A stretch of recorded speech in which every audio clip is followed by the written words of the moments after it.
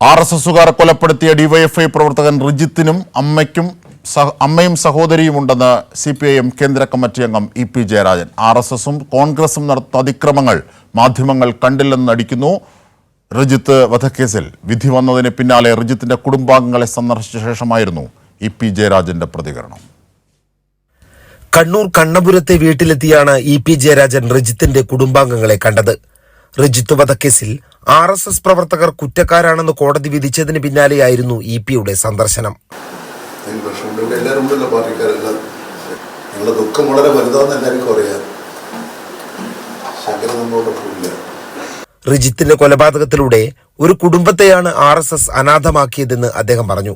മകന്റെ വേർപാടിൽ മനംനൊന്ത് ഉരുകിയാണ് റിജിത്തിന്റെ അച്ഛൻ 2 വർഷം മുൻപ് മരിച്ചത്. റിജിത്തിനും അമ്മയും സഹോദരിയും ഉണ്ട് എന്ന കാര്യം ഓർക്കണമെന്നും ഇ.പി. ജയരാജൻ മാധ്യമങ്ങളോട് പറഞ്ഞു.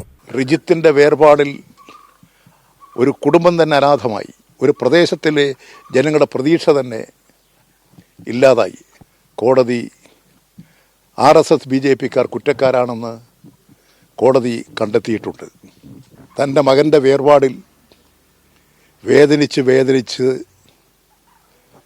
ഇഞ്ചിനിഞ്ചായി ഓരോ ദിവസവും മരിച്ചുകൊണ്ടാണ് ശങ്കരൻ മരണപ്പെട്ടത്.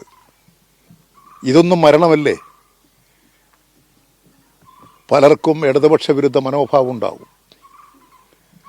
ആ മനോഭാവം പ്രചരിപ്പിക്കാൻ അവർ മാധ്യമങ്ങൾ ഉപയോഗിക്കും. അതാണ് ഇന്ന് കേരളത്തിൽ കണ്ടുവരുന്നത്.